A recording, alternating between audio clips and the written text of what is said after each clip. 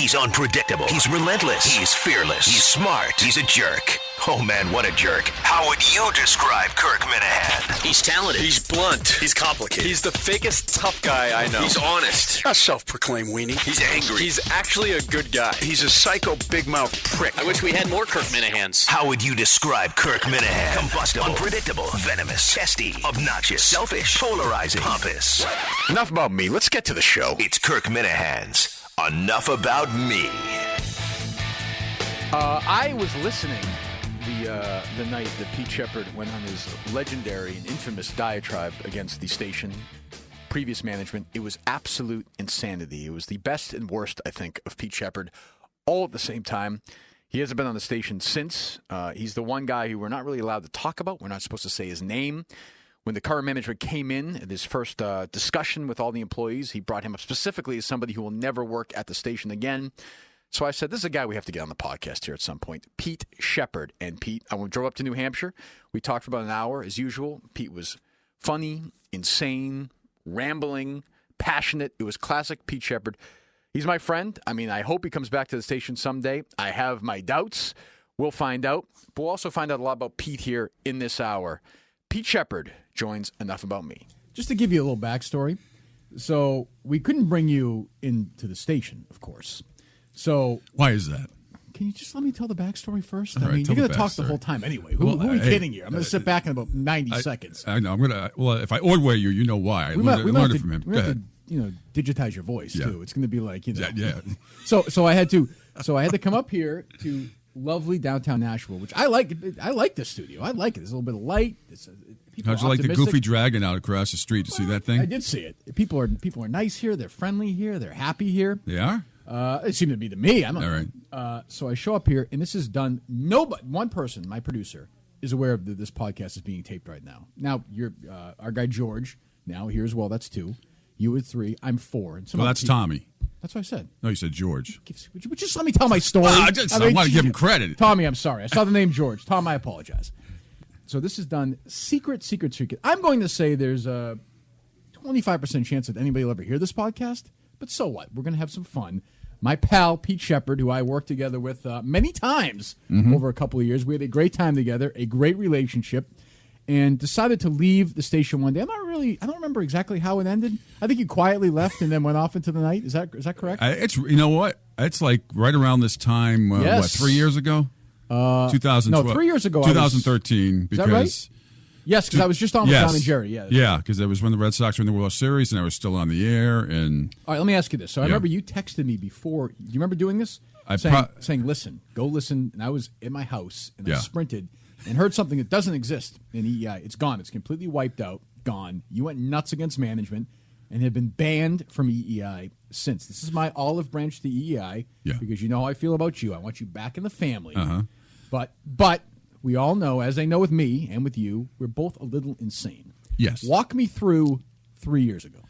Okay, well, it started out, there was talk about me going back there. I had spoke with Jason several times. This was in 2011. I originally got let go in 2010 on the night of the special election to Scott Brown when he first won. Oh, yeah. And then I was kind of like, I thought I would be able to get into Sports Hub right away.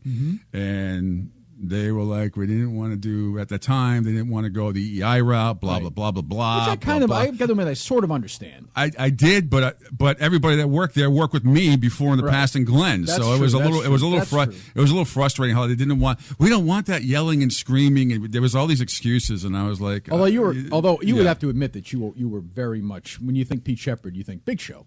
At that point, I mean, that's a fair. But my question at the time to certain individuals was, do you think I can help ratings for the station? They said yes. I said, so why don't you want to hire me then? Right. Isn't that the most important thing? Let's go back. We'll go back. We'll go back. So anyway, I tried. So I get back, and things were going well for the weekends, and did a lot of film. Basically, I did a lot of. I was almost full time, part time. Yeah, you were on a lot. I was on a lot. Filled in. Glenn and I were doing big shows together again, and then he got fired. So the whole time I was back there, I could not get a conversation with the then GM, Jeff Brown. So when you go through a year of a guy in the communication business, email, phone call, voicemail, never got back to me. Just wanted to have a conversation with him. And I went through Jason, too. I said, Jason, Jason Wolf, our old PD, who was very good to me. And, we had a couple spats here and there, but overall, it was a damn good program director, didn't micromanage. And I'm like, I can't get a hold of this guy. And he's like, I know. He said, I feel for you. He said, he's not on weekends. So when I was filling in for the week one day, and he came in, barged into the studio during a break, and I was in there talking to Andy, I think, or whatever, whoever was there. Right.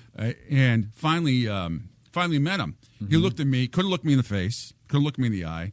Looked down. I said, hey, Jeff Brown. I said, Pete Sheppard. I said, I've been trying to tug. He said, wouldn't look me in the face. And he's about a foot tall, shorter than me, it seemed at the time. Yeah. So I'm like, it's just like I could see in his eyes, like he just wanted nothing to do with anything in the past. With me, Glenn, anybody. I think that's true. Oh, it's absolutely definitely with true. the guys I work He wanted with. to put his thumbprint on. He was going to put his thumbprint on the stage. He was going to show Entercom, what he could do. But anyway, so we went through a good 6 or 7 months of not being able to get a hold of him. I remember we talked about it. Yeah, You were frustrated. Yeah, I did. Yeah. And finally, I talked to my wife about it. I'm like, fuck this. I'm sick of it. You know what? I said this time, and I could see the writing on the wall. And I knew he was trying to find a way to get me out. Mm-hmm. But I knew our weekend shows and doing stuff with you, solo, filling in all during the week and all the different shows, was going really well. And one day, I just, that night I texted you. I just said, I'm not going to, he's going to try to kick me out. He's probably going to get away with it. But this time, I'm going out on my own terms. This felt like, and correct me if I'm wrong, this felt like I don't remember it well. I remember what you said pretty well, but I didn't yell and scream. No, you didn't. Yeah. Toward the end of like 2 to 6 shift or 2 to 5 It was shift. 6:15. I think we were leading up to Red Sox or something? Red Sox baseball. Yeah. Go ahead. And so that happened, and I just went on the air and I said what I had to say. I said, look, this is not about Jason. This is about Jeff Brown.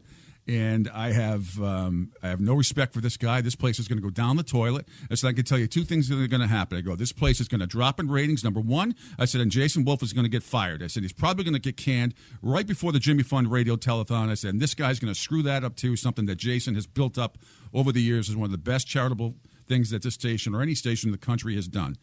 Everything I said happened, came to fruition. No, I mean, our ratings went up. No, your ratings went up, but a lot of things happened because Glenn was fired. Glenn had already been fired when I quit. It just happened. Yeah, a month or so. Yeah, Glenn had already been fired. So the last technical big show I did was with Dale.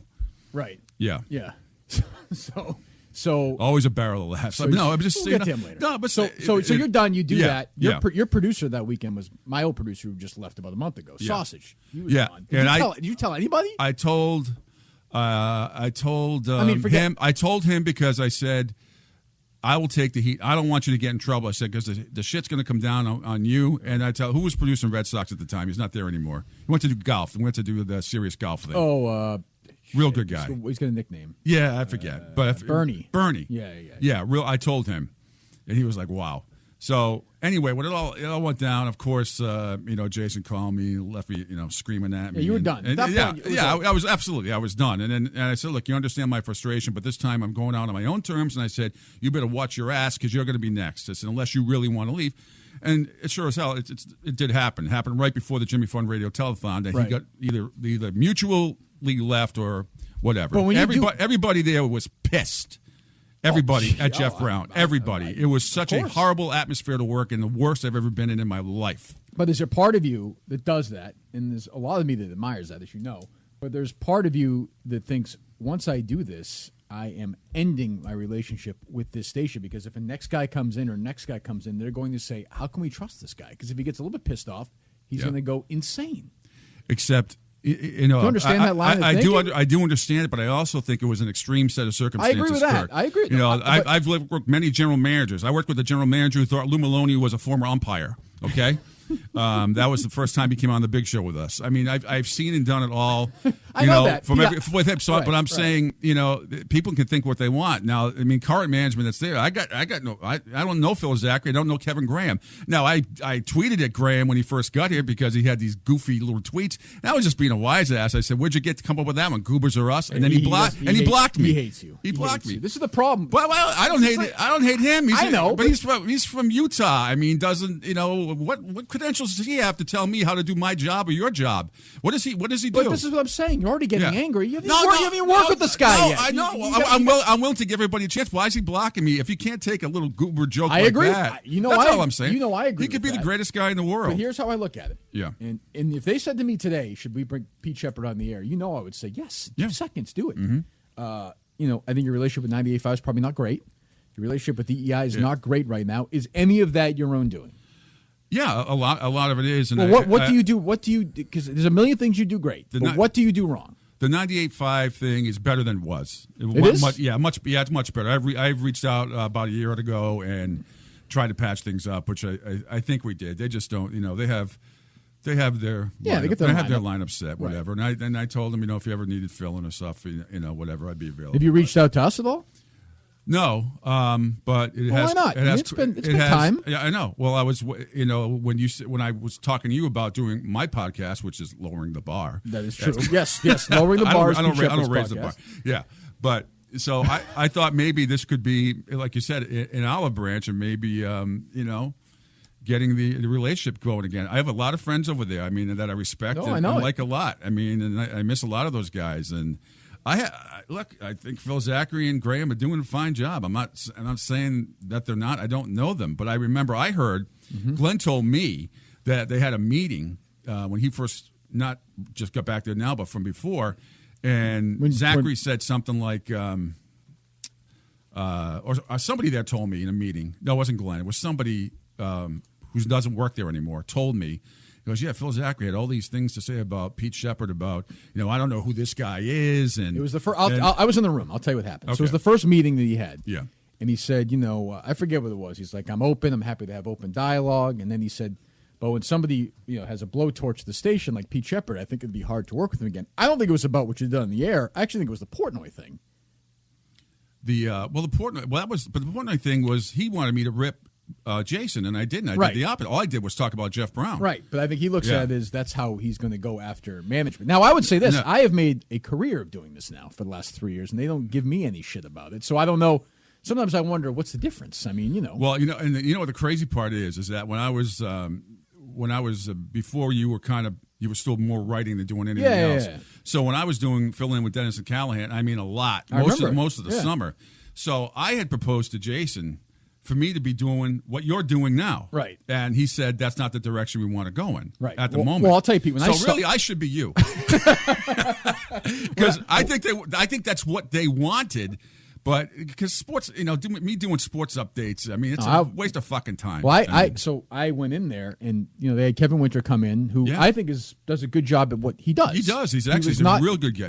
Not the right fit for that position. He was sleeping there overnight. He was still working there in Bristol. It was horrible. And he's an update guy. Yeah, he's not. Yeah. And when they got rid of Kevin and they brought me in, I said, I can't do what Kevin does. I can sit there in the room with these guys and fight and debate. And that's what I remember you did. I remember you filled in a few times, and you and Dino went at it, a couple of times. And Borges and that whole thing. Yeah, called Borges out for the Bledsoe thing, have a dinner at his house. He denied it, and Bledsoe called in and said, "You absolutely were at my house." But and all that, and Ron still won't talk about everybody's a nitwit in Ron's eyes who doesn't. I mean, are you happy? We're here in Nashville. We're at what is it? The ESPN. ESPN New Hampshire. Yeah, there's no. So you're on every afternoon? Every afternoon, 3 to 6. Yeah, with Brad Johnson. Who I worked with before when I was at 1510 NBC Sports. Right. For a while. We worked together there. He's originally from Houston, but played at UTEP. Okay. Played a very high level of college football and also went to a couple of NFL camps. Are you happy doing this? I mean, could this be your job? You could just do this? Is this a living? Well, I've been here for a year. Yeah. Yeah, you like it? Yeah, happy? I do like it. You cause any trouble? No. This is a really cool staff. Does the program director think you're an asshole? Does the vice president think you're insane? No. In fact, it's refreshing because. Is this true, Tommy? I think we share. We have a staff meeting every Monday, all of us. So lack of communication that always happens between programming and sales and management does not happen here. Every Monday for at least an hour, we all get together and we discuss everything that's going on at the station, air it out. Obviously, it's on a smaller level than in WEEI. Same thing. But it's refreshing to have that. And I think it's something that was missing at Entercom. Don't you think the biggest years. thing, Pete, is that one of the big miscommunications is between sales and talent. Absolutely. And the program director's put in a horrible spot because sales are telling him one thing and he doesn't want to tell us that. Yeah. And when there's no communication at all, it explodes and you go from being a little angry to totally nuts. And once it's the strangest. It's a part of the job I still haven't been able to balance, honestly. Yeah, and there's a lot of it's a lot of bullshit ego going on, and I know some people. I'm approachable. If something happens, spots or copies, something that has to be updated right away. Right. Come to me, even if it's during a break. I'm not that anal. I've never been that way. I've never been a high maintenance person to work. People might think. No, I've worked with you. I am not a high maintenance person to work with. I am not one that flies off the handle. Like Glenn looks like a fucking a chicken going nuts, sometimes with his head cut off with my headphones, and he's not the only one. There are other ones. Dino, is any more high maintenance than Dino? I mean, he's gotten less high maintenance. Yeah, I'm proud of him. I'm happy for him that his recovery's going well and all that stuff. Here's what I can never understand, and I used to feel bad for Chach when I filled in. Why do those guys need 300 fucking pieces of paper in front of them every morning? Well, every story. I mean, to me, it's baffling to me. In this day and age, you can just put it up on the computer, look it up. If you haven't watched the games, and DVR the goddamn games. But you're dealing with You're dealing with older guys. It's a different. That's a generational divide. That is a generational divide. Bullshit excuse. It's reality. I agree with you, but it's reality. But to try to sort out 300 pieces of paper every day is, that's one of the reasons why you don't have a producer yet right now. I can tell you that. Well, I think I'm a big reason why too. But I think John and Jerry. I'll put it this way: I've worked with these guys now for 3.5 years. Never once has John and Jerry said, print out 300 pages worth of shit. Yeah. They put together this rundown that's this fucking high, 10 feet high. 90% of it I don't want. 100% of it I read. I mean, it's a good question. I don't know. It's a good. You pick 3 or 4 topics, and that's what you go with. And yesterday, and no offense to you guys the other day when I was listening, and I listened a lot to you guys in the morning. We go. Fucking an hour and a half on should we trade Mike Trout? That's the shit you make fun of Mike Francesa for. I didn't do an hour and a half on that. Well, I did a segment on that. What the fuck are you talking about? It seemed like it. You never do. Like it. On a slow day, you never find some. All right, let's find some bullshit and do it. I just thought it was funny you picked that topic because rightly so. You guys rip Francesa, and we do it here all the time as well. When he goes off on tangents about nobody not trading Mike Trout. Nobody thinks it's reality, but Cafardo wrote it on a Sunday, and we said, it's a segment. It's only because I know you guys, and I'm like, I want to have fucking trade talk right now, Mike Trout. I don't care what Cafardo wrote. It's not going to happen. It's not in a million years is that going to happen. Don't you find, though, I find now that I've done it more and more, I'm more interested in doing, not guy talk is a dumb way to put it, but just conversation. Yeah, just bullshitting I agree. As opposed to sitting down and recapping a game from the night before, I think is death. I totally agree because everybody, unless it's something major that happened. Sure, of course. No, I understand. I understand that. But, there's other, it's like here, I talk about entertainment stuff all the time, movies I see, TV shows and things like that. I agree. You can't talk, sports 24/7. You got to throw some entertainment in. I like to throw some of what I love about you. You do the same thing I do. I throw a lot about my personal life in, not to the extent of, but I did a podcast with my wife in bed. Right. It was a fucking riot. She didn't want to do it at first, but it was it was 45 minutes, but it ended up being pretty funny. You're the first guest I've had that has brought notes with him. Oh, I just brought down. You are pro. Yeah, as always. I always. What are these notes? I have Kirkman that says Genesis, writer to host. Then I have underneath Jason, me, Glenn, Murph. Okay. Then I have. I didn't know if you're going to bring up Big Show Unfiltered. We're going to get there. I know. So I just wrote down. What is your relationship now? My understanding is your relationship with Orbe right now is not great. I don't know. I don't know what it is because I haven't talked to him in a few months. Why not? Have you tried to contact him? Has he tried to contact me? No, you tried to contact him. I contacted him when his daughter was sick. Yeah. A few months ago, or whenever that was. And I said, good luck, God bless. I'm thinking of you. Blah, blah. He said, thanks, pal. She's blah, fine blah. now, which is great. Which is great. That's the last time I've spoken to him. What happened with you two? I mean, so you got back together. You did the Big Show Unfiltered. Yeah, we both should. Except the problem is that it was a great concept, and let's put. Which was real quick. Which was so when Glenn left after a little while, it was almost a year, no? Yeah, it was. So we did the Big Show Unfiltered, which was essentially an online show. You were a side. We started St. Patrick's Day of March 17th of 2014. Yeah. So it was the two of you, and Murph would be on. Thornton was on sometimes. Yeah. Meter was on at the beginning. beginning. Was on. Yep. Alex Raymer, Diassi, Fred. So essentially, it was the Big Show. Yeah. In a different, little more modernized format online. Yeah. Okay, so go ahead. But nobody was going to keep driving down there, and I was driving an hour and 25 minutes one way every day. Right. He was at the compound in Cohasset. Essentially almost down the Cape, right? Well, not pretty, really. Well, but far about, out, it was yeah, an hour right, and 25 minutes from where I live. It was, and even in the South Shore parts of it, it's tough. It's tough to get traffic to. there is murder. Freddie wasn't going to come from where he lives in Sudbury. Diassi, it just got to the point where there's only so much free time I can give you without getting compensated for. Now, Glenn, to his credit, because I told him after about 4 weeks, I'm like, I got to have something. Gas money, something. I can't keep doing this, because I think the problem is, with all due respect to my friend, Glenn, I think he was going to be like Fonzie, snap his fingers, and all these clients were going to come running. Mm-hmm. I think he expected some ex-EEI people to come on with us and do sales. That never came to fruition. There was a lot of big promises that were, and I don't know who's to blame, probably a little bit of both. But all I know is I brought in the producer, Jet Stryer, from my other station. He was a great guy. You would love this kid. We like him. He's awesome. And I also brought in the 2 interns that we have from Connecticut School of Broadcasting. Without those 3, and if I can't even tell you the amount of work Jet Stryer put in, that show would have never even got off the ground without him. So... Look, I probably pat myself on the back for getting him. Yeah, but I brought quality people that I thought would do a good job, that I knew could handle Glenn. And I had a big meeting with Jet before that and the other 2 about, look, his bark is much worse than his bite, blah, blah, blah. I said, just, and we are at his house. So, and his family, they were very kind to me because what I was doing was I was driving down there. Probably I was staying over here, his house, one night a week, and then staying at my other friend's house that I used to live in when I was going through my divorce. Yeah. Years ago, and would stay there 4 days a week. So I would you were staying out there all week. Yes, because it was for a few weeks. Yeah, because the drive was ridiculous. So what happened?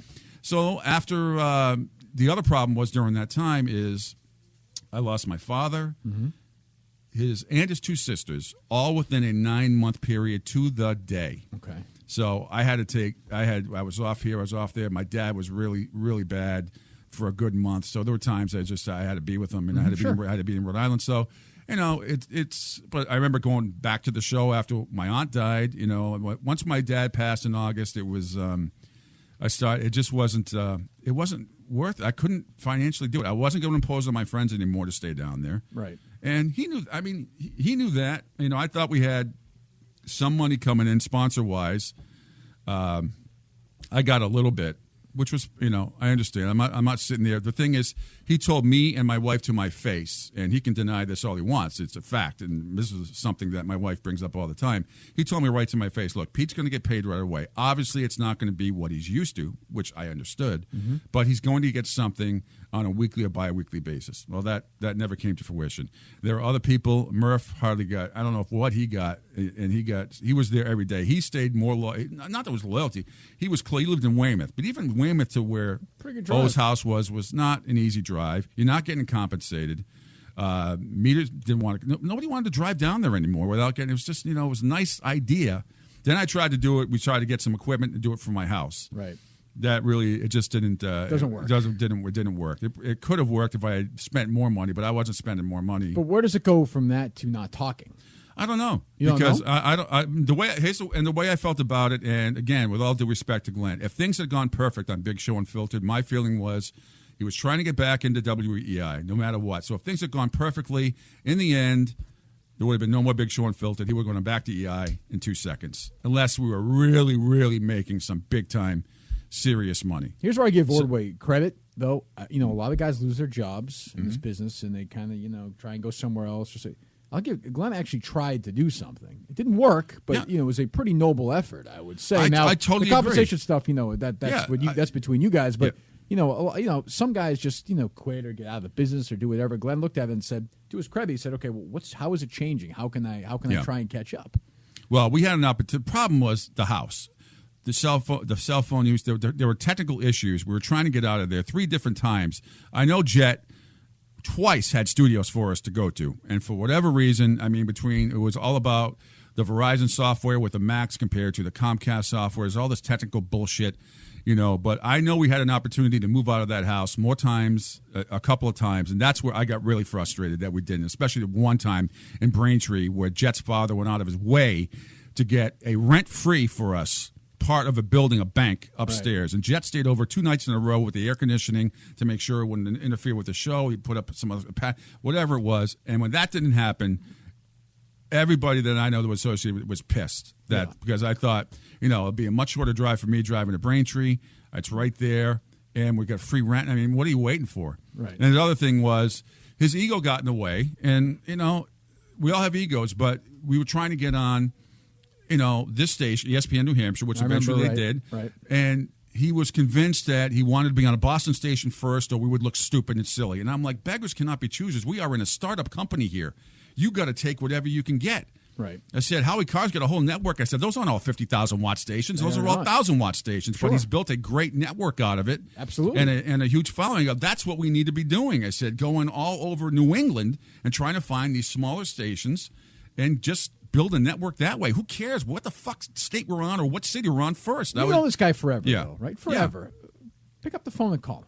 Can't you pick up the phone and say, Glenn, we've got a long history together. I want to be your friend. Oh, yeah, but I mean, I agree, but he could do the same thing. I understand that, but at some point, I got to be the bigger man now. Yeah, again. I'm just saying, I have no problem with that. Well, I said some anger. No, I'm not. I'm not angry, and I'm glad he's back at this. I'm glad he's back. Wait till he takes over. When's he going to take over for Dino? Who's he taking over first, Dino or Dale? Which one is who's he trying to stab in the back? That's the real question. What is your thought? And I know you listen to a lot of it. What is your thought of the state of sports radio in Boston right now? We can start wherever you want. Overall, I mean, I like it. I think I like you guys in the morning a lot. I know you have a bad relationship with the people across the street. Me, with Fred. I still forget how that all started, but whatever. But I've met those guys. They've always been nice to me. Mm-hmm. But I haven't seen them in a while, a few years, and it was before your little feud that you had with them. Overall, I think it's pretty good. I mean, there are certain parts of it I hate. I hate the fake contrarianism bullshit. I hate it. From who? A lot of times from Felger. A lot of times from Maz. Yeah. And both of those guys I worked with for years, they started with us, obviously. And but it's genuine. I think Tony's baseball show from 6 to 7 is awesome. Mm-hmm. I love that. That's when I go home. When I leave here, my show at night, and I listen to the kids that we have. I listen to Tommy and Mike on ESPN New Hampshire Game Night for a portion. And then I listen, and I have Maz on. He does a great job 6 to 7. I listen to it sometimes, too. I go back and forth like you do. And, I almost feel like the 6 to 7 show that Maserati does almost repudiates his work from 2 to 6. It's almost like he's playing a character from 2 to 6, and then it's off, and now he's like, okay, Felger's gone. I can actually be a character from 2 to 6 is very simple. It's 2 words. You know what they are. You're right? Yes, Mike. You're absolutely right, Mike? Yes, Mike. Yeah, But it's... I think he gets. I just think sometimes they're focusing on the wrong. They're trying too hard to find some sort of conspiracy theory, something wrong, and they think they're, you have that. The people who say, "Oh, you need the Shaughnessy's in this world." You need the. I feel that way. Yeah, to a degree. But when and not so much Ron, but we know Shaughnessy has these fucking columns already written for 25 years. That's and just true. says, pulls one out and does this. And the reason why I really don't like Shaughnessy at all, and I'll say this a million times, and so will Glenn. The hell is that? Coming to get us. Shaughnessy tried to sabotage the big show. I can't tell you how many times. Before your time. Yeah, Glenn's told me coming that a lot. in. Yeah. I mean, he's gone. I remember when we had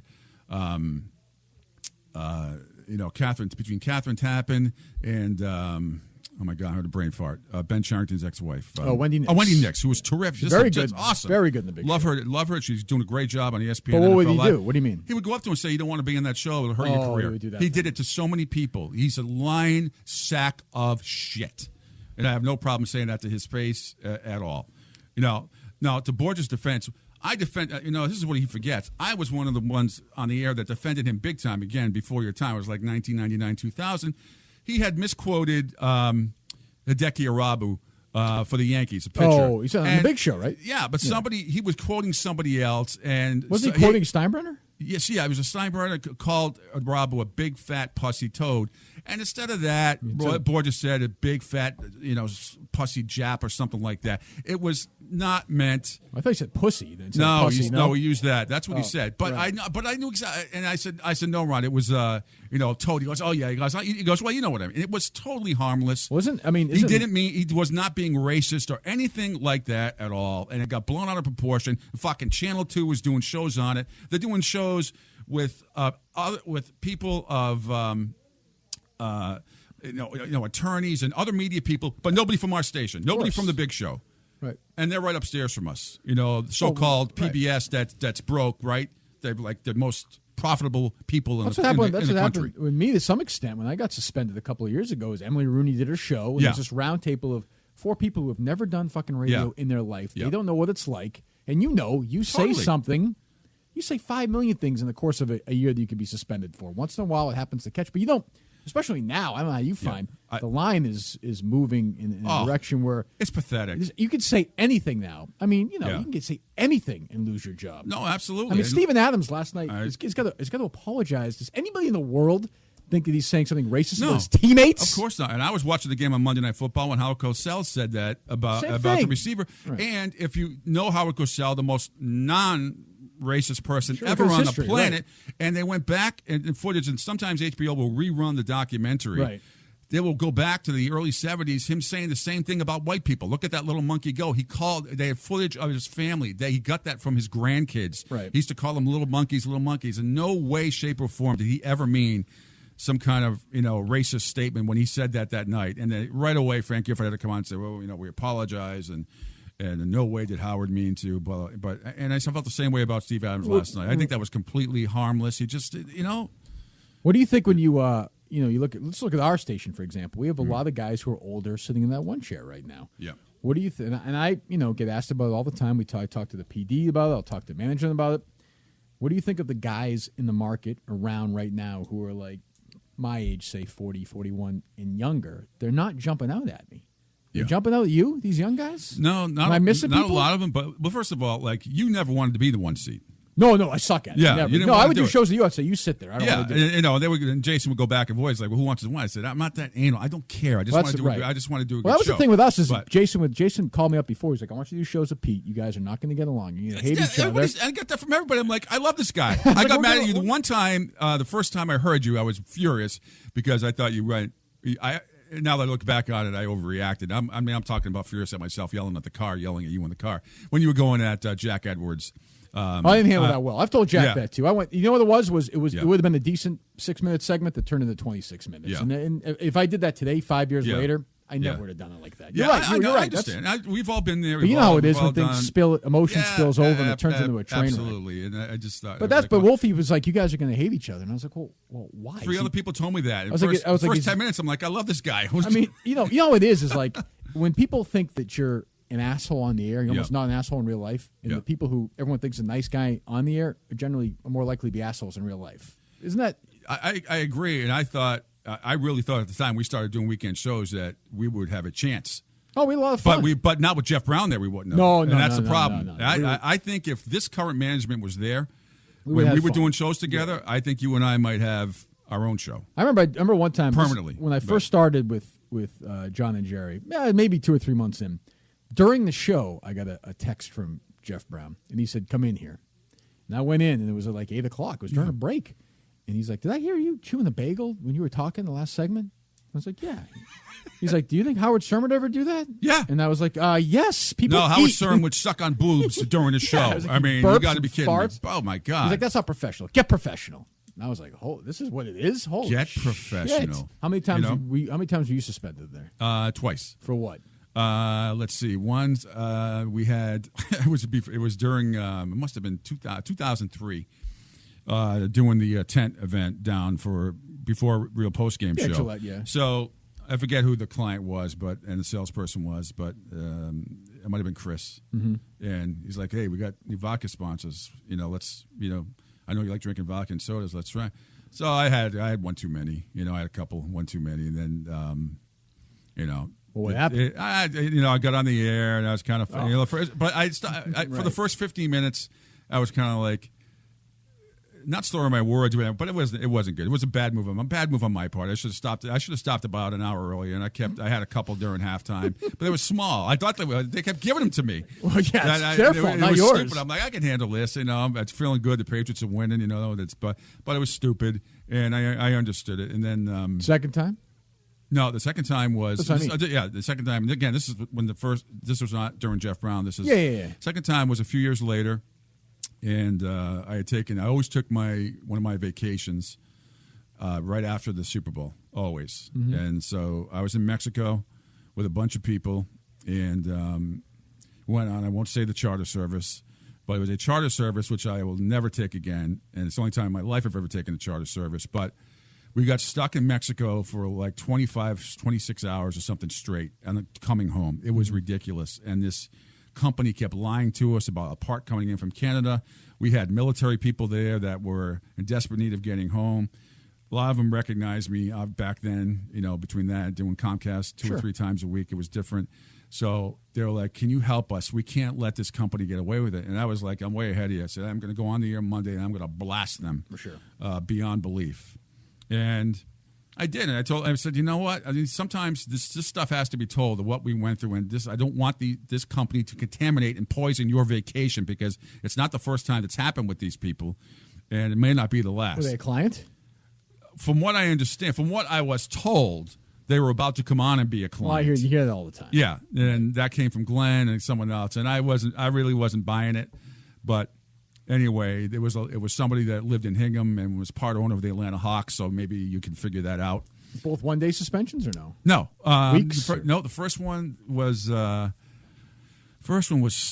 3 days. I think it was Wednesday, Thursday, Friday, and then the second one was. I think 3 days again, or 2 days, 2 or 3 days, and then it was just Did you have any indication at all that you were going to get fired in 2010? No. Oh well, I'll tell you. This is a great story, and Jason can back me up on this. In the summer, 6 months before I got let go, I had I was represented by Blue Sky Sports and Entertainment, Kim Zayati, she was great. We still keep in touch, and she was a big asset to me.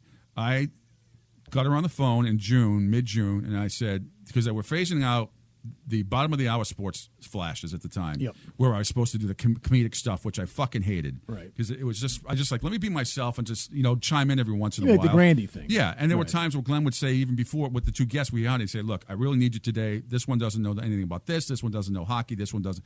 And I'm like, well, this is why I should be a permanent part of the show. But anyway, we digress. So I said to Jason, I said, why don't, this is summer before you were fired. Yes, 6 months before I was fired. You weren't considered a permanent part of the show at that point? I was, but things were changing, and they were. I could tell Glenn was talking to me less for whatever reason. I didn't have the bottom of the hour flash anymore, where it was kind of like my segment. It just was different. What would he tell me if I asked him what was going on? What would he say? I don't know. Were you were you not paying attention as much before? Were you frustrated in your role? No. It was like, if I chimed in like I used to, or whatever, it would just be like, I'd get this look, or it'd be like, so I'm like, And then one day he really flipped out on me on the air, and he goes to Andy and Brett. He's like, shut his mic off, and it was something like I was being funny with the guy, and Glenn took it completely the wrong way. He apologized to me after the show. Right. But he's like, you shut his mic off. He goes, you don't know what you're doing. I went in there after. I said, don't you ever shut my fucking mic off again, or I'm walking out of here. You can do the fucking show all by yourself. Right. I said, from what I understand, Glenn, and this is not my ego talking. I said, all I know is people tell me I'm the straw that stirs this drink that we have going here. I said, I feel like I'm a pretty big part of the show. I feel like you've made a lot of money because I've been part of the show. Right. Jason told me after the first year, when I first hired an agent, that he's like, I never expected your role to grow so quickly. And it was almost like, I go, that's a good thing, right? He goes, yeah. I always felt, not Jason per se, but I always felt that management wanted us to do well, but not that well, because we don't want to pay out these bonuses. Sure. Which our agents negotiated, I'm sure very generous ones that we relied on 3 times a year. So, of course, it makes you want to work harder or as hard. And, sometimes, one book out of 15 we weren't, and we most of us had done bonuses that we had to finish number 1. At first it was finish first, second, or third, but then it became so continuous, did number 1. But anyway, so I said to Jason, going back to the 6 months before, so I said to Kim, I called her, I said, something's going on here. I said, let's sit down with Jason. I said, I'd like to propose something to him where I am a floater or something that I can go on all these different shows. I said, because they're going to fire me. I said, I can see it coming. Oh, you could fill in for John or fill in for Dale or whatever at the time? Be a third man in for all these shows, wherever they want me to do. I mean, I was making a pretty good amount of money. Others were just signed $1 million contracts. And so I could see the writing on the wall, and sure enough, the January, I think it was January 10th, the special election, right after the show. Nobody told me anything. I was the last one to know. So 6 o'clock, 6:02, right? Yeah. So Jason's sitting at the, sitting. I come out the door, and Jason says, "I got to talk to you." Do you have any idea then? I didn't. But Julie Kahn was there as well. She was crying. That's not good. She was crying. The mascara had run down her face. Right. So I said, okay. So I go in and sit down. She hands me 2 checks, my latest pay, severance check, and they explained to me that, it wasn't just me that got fired in the company that day. It was about around the country. I think it was like 16 or 17 people. It was big layoffs, yeah. It was a big layoff. And it was about, I don't blame Glenn for getting his money, but, a little bit less had it gone to me or spread it around a little bit, might have been. Yeah, but I know it's tough. I know it's tough. I'm just saying, to lose a big part of what was something special. But see, I'd say that's not Ordway's fault. I'd say it's management's fault. Well, I agree. I'm not blaming. I'm not blaming Glenn. I'm saying everybody should fight for every penny they can get. Yeah. Glenn should say, you know what? If it's whatever, let's say it's $1 million, I should get $1 million. But you know what? Pete Sheppard's important. But here's the thing: does this make any sense? They paid me my full salary. I got paid every 2 weeks, just like I was there for 11 months. Was that part of your deal? No, I guess it was part of the deal. Right. I don't know why, but why would you fire somebody and pay them for 11 months? Plus, I was allowed to collect unemployment. So I'm getting $650 a week or something from unemployment, which unfortunately had to go to my dingbat ex-wife for some bullshit with the house that she wasn't paying the mortgage while I was away. So I didn't care. But I'm living the life. I'm playing poker for a living. I'm having a blast. I'm getting paid my full salary every 2 weeks. I'm like 11 months. I'll have another job somewhere. Why do you think that was going on? I don't know. I did ask Glenn that. I was like, he goes, well, it happens because I guess it happened to him too. When he left, he goes, that's the way they do it now. For the most part, they just want to make a change, and they're willing to keep paying the money. To me, does that make any sense to you at all? Of course not. I would like for that to me to happen. I'm like, why would you want the show to change dramatically? And it did dramatically when I left. And I'll give the first person to call me, first 2 people to call me was Bill Belichick and Kurt Schilling. Right. And then Kurt went on the air and said, I'm never going back on again. Right. Well, and he went back on. It's not going to happen, right? It's whatever. You're asking a lot. Yeah. But anyway, so getting back to Jason. So do you think that Ordway knew? He must have known before. Yeah, he did. And he did he's know. Not gonna tell. I mean, he called me on the way home. He's like, I'm so sorry. And I said, I couldn't say anything that day. And I said, well, I understand that. I said, because you don't tell people, with very few exceptions, that they're going to be fired because you don't know what they're going to do on the air. That's why I went out the way I did. As we learned. But anyway, so when I talked to Jason about being the floater, I said, because I said, I just sensed something, what's going on here is not right. And he said, well, no, that's not the direction we want to go in right now. I can't tell you how many. And he was a good PD. I enjoyed working for him. He wasn't a micromanager. I always respected him for it. True. But I'm like, but Jason, I said, I could see the writing on the wall here. I said, I feel like I'm getting phased out. I said, is there something? I said, what can I do to help? I said, I'll do my own show on a weekend if you want, whatever. Right. He's like, no, we're pretty set. He goes, don't worry. So the shit hits the fan on January 10th, 2010. They let me go.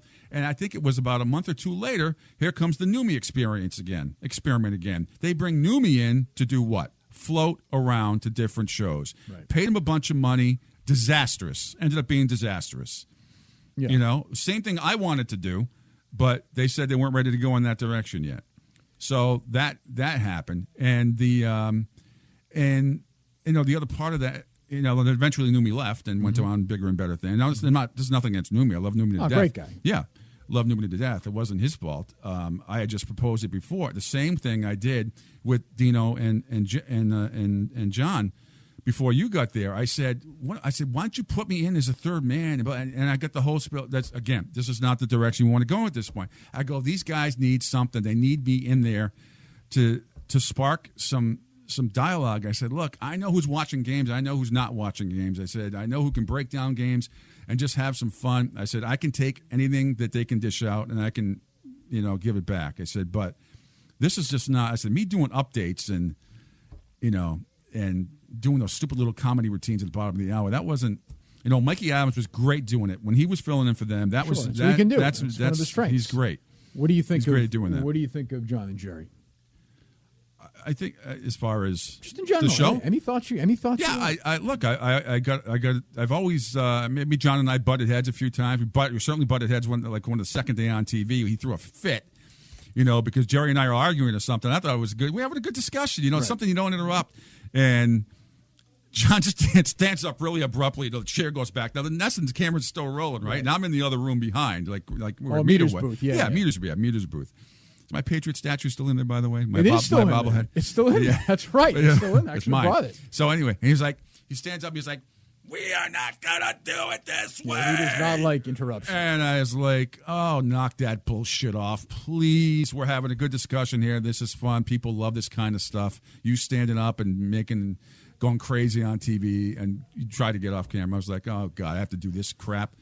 But anyway, that was the only thing that happened. And he was nice. And I would, he bought breakfast a lot. I bought breakfast a lot. I thought overall we got along, but I thought it would have been better if I was doing exactly what you're doing now. Yeah, I proposed that, and I was shot down. I got lucky, like I said. Sometimes just luck and timing. It's not luck; it's timing in this business. I simply cannot. If I go in Meter's booth, Meter was great at it. I said I just can't do it. You feel like you're not. I felt like Meter was good at it. I just felt like I wasn't part of the show. I totally agree. And I'm like, why don't I said, if I'm going to do this, why can't I be right in the middle of them? I can still do updates. Right. Yeah, and you do feel like you're less than if you're in. Absolutely. In Meter, like I said, managed to pull it off, but I just felt like I wasn't. I feel like you got to be equal, and you feel like if you're going to argue with somebody and you're in a little booth. Yeah. And they're in their studio. Well, there's a perception. Yeah, and that's why I think you've done an unbelievable job and have. I'm not going to say save the show, but I think you're a big reason why the ratings are where they are. Love you or hate you. I mean, that's just the bet. And the other thing too is all the years I was there, and Glenn would compliment me this all the time, and occasionally other people would say when they would go out and do those test things, whatever, and the focus groups, which are some of them are ridiculous, but for me it worked out great because they're like, well, half the people really like it, half the people really hate it. That's what you want. That's what you want. Reaction. You're never going to please everybody, and I've never been delusional enough in this business to think that. I think I've matured a hell of a lot. When I first got to EEI in '95, and John doing Eddie Andelman and Dale Arnold updates during the old A-Team. I remember. And then John Wallach and I doing shows on weekends. So I was working 7 days a week. I was working my ass off, and I loved it. And you learn, you grow, you get better. And I thought, filling in, pretty early for Glenn on the Big Show was huge. And then when his daughter got really sick, and it was like 4 months, and I was on. I mean, that's when I think I really started to blossom. And there were a lot of people there. And again, this is not dissing on Glenn, but there are a lot of people there that liked me the way I handled the show in the way Glenn didn't. Actually, the one of the people who told me that right off the bat was Shaughnessy, believe it or not. But I didn't take anything he said seriously because I just didn't have a lot of respect for him. Do you think there's you look at the ratings like we all do, and one station is 1 in the mornings, it's 1, 2, and they're both above 10. The midday shows are in the top 3 both, and the afternoon shows are in the top. There is room, I think. I wouldn't, be really that interested in doing it, but there's a room, I think, for a third sports station in town. Don't you? Yeah, I think so. My point is, do you want to go back to Boston, or are you okay here? If I said that you're going to be at ESPN New Hampshire for the next, how old are you now? 49. 49 for the next 10 years. Would you chronologically, but deep down, like 9, 12. But yeah. Would you? If I said to you, ESPN New Hampshire, you can make a nice living. You're going to do your show here. It's not going to be as large an audience, but for the next 10 years, would you say, okay, I'm happy with that, or is there a party that's like, I want to go back and give this another shot? Oh, I'd be lying. Of course, there's another part of me that wants to go back and give it another shot, even if it's part-time. But you can do both. That's what I mean. Looking at Arcand, he does both. He does. He does a great job. Christian does a great job. We did a show together for about a year. Right. So you stabbed him in the back? No. My sources are telling me that. Yeah, they stabbed him. Mutt thinks I stabbed him in the back. Who, Mutt? He does. No, he doesn't. Mutt's a great guy. No, I love Mutt. I love. Thinks you stabbed Mutt in the back? No, this was when this got blown out of proportion. At the time, he might have, because I really thought Merlone and I were going to do a show together. At one point, I also thought at one point Tom Karen and I were going to do a show together. Yeah, I know, but it was this was you and Lou would have been a pretty good show. Yeah, I think it would have been. Yeah, I think it would have been really good. And I kept hearing. This is when I was back the second time. I kept hearing, rumors. They're going to keep. Well, they were always that crap. But this is one of the things I wanted to discuss with Brown. I wanted to see, is this real or what? Because if it is, I'm very interested. I think Lou and I would do well together. I said, obviously, and again, a big part of it was. So then you were interested in Mutt losing his job then?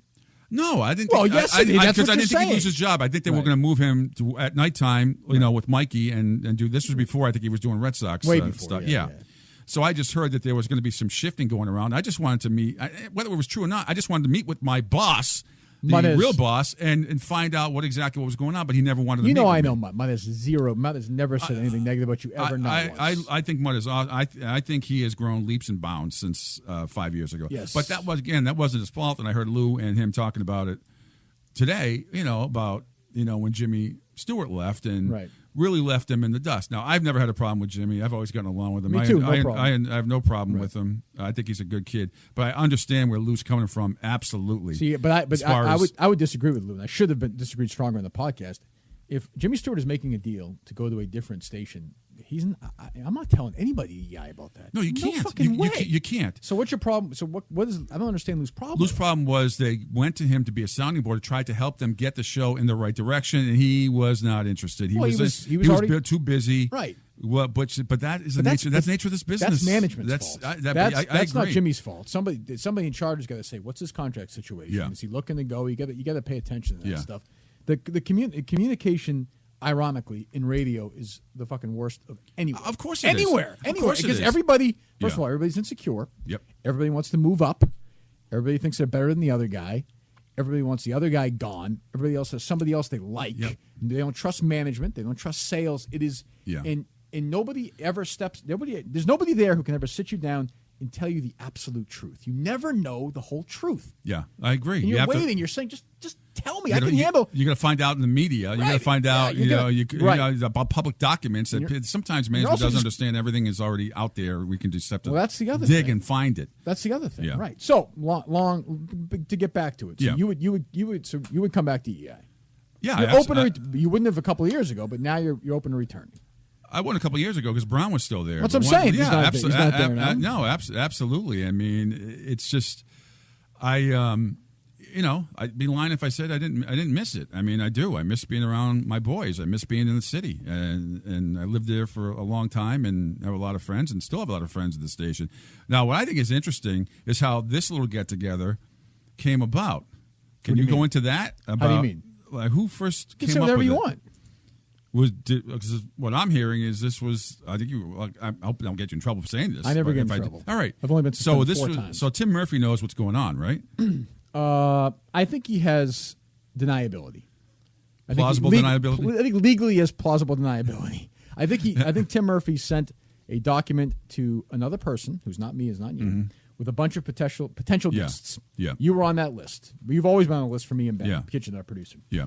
And we looked at that list and said, in a way, that's sort of permission. So we decided to run with it. And like I said, we're doing this right now. We've been doing this for how long have we been doing this for, Tommy? Do we know? He's the best in the business, isn't he, Pete? He is. Nothing gets by this guy. Half hour, 45 minutes? We're going on an hour now. Are we really? Yeah, that's great. You probably get going, Pete. At some point, I'm done. I'm well prepared for my show. Trust me, I'm a professional, sir.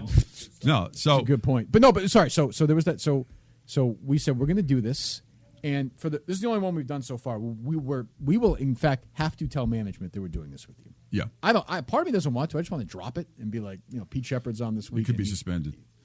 I mean, did they really send a memo out saying you can't say my name? I mean, that kind of stuff. There's never a physical memo sent out. We were told by Wolf that Monday. So that was on the Saturday. Well, right? So Wolf came in Monday because I was with John and Jerry then. He came in and he said, you can't say Pete's name. I understand that. But that is, we say, you hear us. We say your name. Oh, yeah, but that was right afterwards and Brown and then, I think Wolf's problem was, Wolf's ultimate problem, and you said it, and I would tell him this while it happened. I said, Jason, I understand you have to go along with him, but if you continue to go along with him, you're going to get fired anyway. Yeah, and I said that to him. So you can either disagree and keep your pride and get fired, or go along with it and get fired. Just buying yourself a month or two. And we've had multiple conversations since then. Believe me, because Jason was part of Big Show Unfiltered startup and tried to do some things getting going. He's doing great now. We get along great. I've got no problem with him. And you know Jason Wolf much longer than I do and better than I do. There is no fucking way that Jason Wolf heard Mike Salk's voice and said, this guy would be a better fit than Glenn Ordway for the station. You got to picture this. Imagine this is at the very fucking end.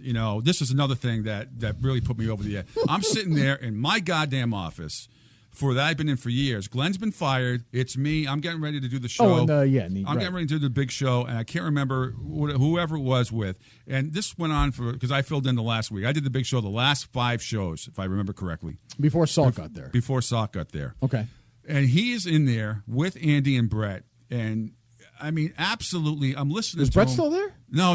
He was still there at the time. He was? Yes, he was. No, I know he's not there now, but I'm saying he was. He was? Okay, yeah. Yeah. I remember that. He was for a short period of time. Yeah. And I'm listening to the conversation as I'm preparing for my show, and he's sitting there going, well, we're going to be doing this differently, and this bumper music, and he's going on and on and on. Then one of the interns came in and said something about Gonzaga, and he says it's Gonzaga or vice versa. And I just looked at him. I go, Sock, you have no fucking chance. I said, you'll be gone in 6 months. I said, if you make it 6 months, I'll be stunned. I go, but you have no chance. I go, I don't know how you do. I said, I hope you. Right-handed. I said, I hope you didn't sell your house in Seattle. I said, I hope you didn't. It was the single worst decision ever made, maybe in the history of. It was in. I remember I heard his first segment, and I was driving home, and Mutt was done with his show, and Mutt called me at 2:18, whatever it was. Yeah. And I said to him, "It's over. It's fucking over. You might as well fire him right now and move on." It was the worst fit ever, and the biggest problem with him is he was just an asshole. Yeah, no question. Like there are guys in the air. We work with guys in the air who suck all the time. That's part of life, and if they suck, so what? Not everybody's great in the radio. But he sucked, and he was an asshole. And he was an asshole to little, so-called little people, which is even worse. Kirk, I remember the first day. This is that day, and he's sitting there. By the time walking from our office to the bathroom, 4 people came up to me. One, Bill, a big production person. 2 salespeople. Somebody else saying, "Who the fuck is this shithead? We're gonna kill him." Right. I mean, salespeople wanted wanted to to take him him out back and beat him like a 6th grader. There are people hate him on the radio, but they actually kind of like. Yeah. He wasn't one of those guys. People just said he sucked. No. And he was an arrogant, beyond arrogant prick, and I mean, it's just unbelievable. Again, that was Brown. I'm going to put you watch. I'll show you what I can do. Look what I can do. And I had no idea. And then Ben's coming in after that was almost nearly just a bigger disaster. Although Ben's is not a bad guy. I'll say this. I know I know the Ben's experiment didn't work, but I think you like Ben's. He's a good kid. He worked hard. It just wasn't a fit. Sometimes it's just not a fit. Salk was just an asshole. And he was close. He also almost ruined the company. I mean, fucking ruined the company. They were flying him down to meetings in Fort Myers. Florida. Brown was flying him down to meet clients. Who the fuck are you? Who are you?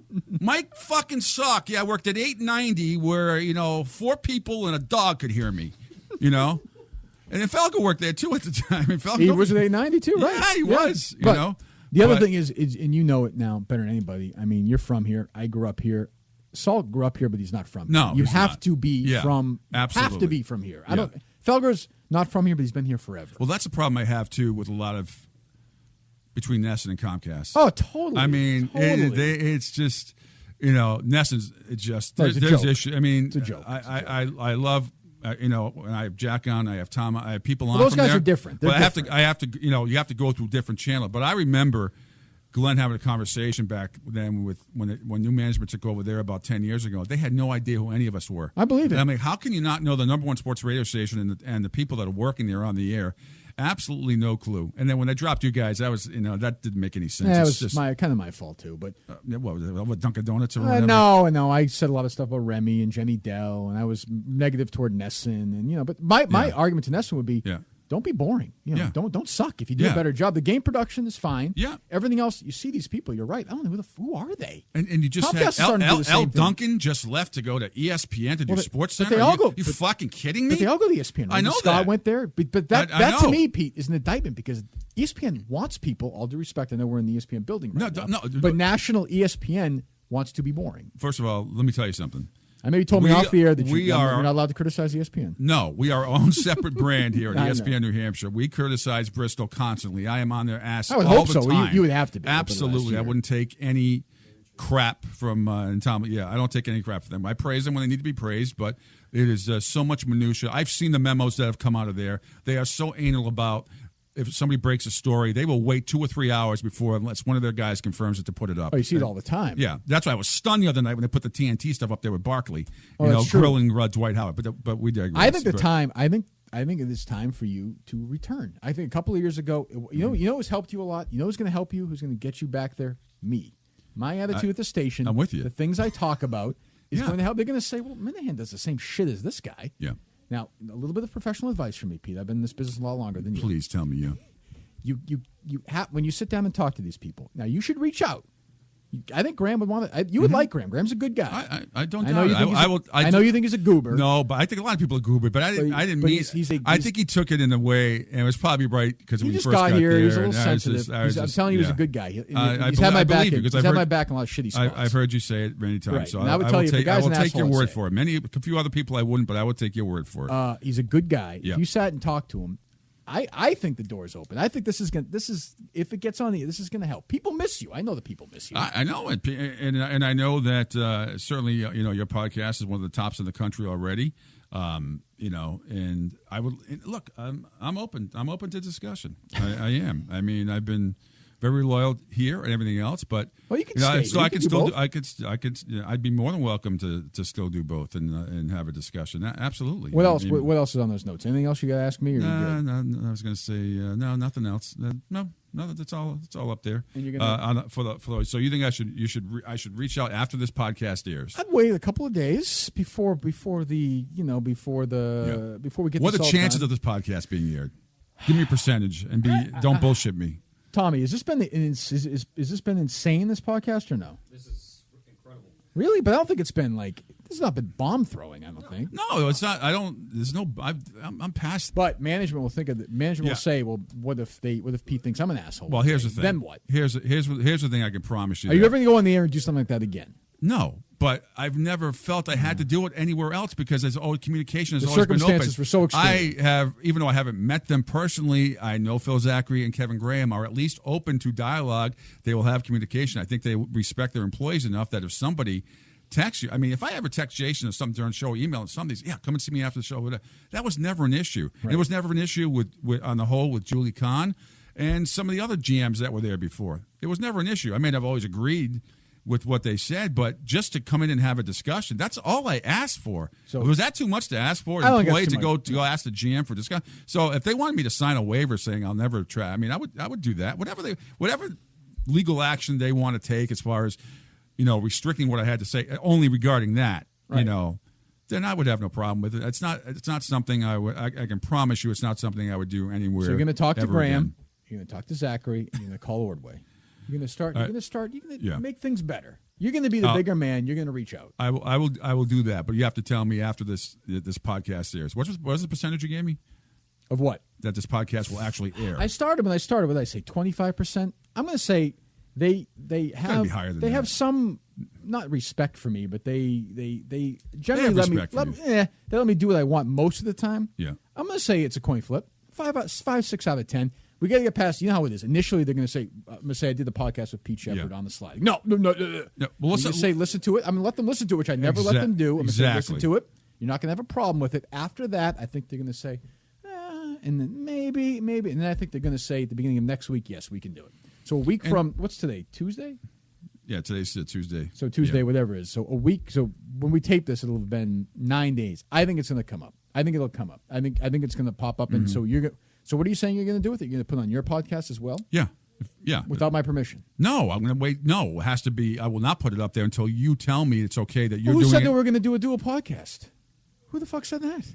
Which we agreed to. We never made that agreement. I said, would it be okay if we? To who? I said to you. You did? I said to you, if we do this. I'm kidding. You can put it up on. No, I mean, but what I said was I will never do anything until you get it up on yours first. Well, obviously. that's the deal, right? That's the deal. Absolutely. Well, it doesn't make any sense. That'll be the case. Make a lot of sense that way. And there's been memos sent out to the you station. You walked me along. I know. Nobody's going to say anything that you even hear. Good, and we're going to. I think it's 2016. We're going to hear you on the EEI this summer. That's my prediction. You're welcome anytime on the Minahan Show featuring John Dennis and Jerry Callahan. You want to fill in a little bit this summer with us? I would. You're in. So you're saying you're in. If the invitation's there, you're going to come back and do it. Oh, fuck. Yeah, absolutely. Good. It's just different. And Thanks for listening to Enough About Me with Kirk Minahan. If you want more great podcasts, it's pretty easy. You can go to the WEEI mobile app. You can go to Stitcher. You can go to iTunes. You can look up Enough About Me with Kirk Minahan. You can find the ones with Sean McDonough, Bob Ryan, Dan Shaughnessy, David Portnoy. There'll be more. And what you can do when you like them, you write a review. That'll help us out a lot. You give us a rating. We can help you. You can help us. Get that done. Do it right now.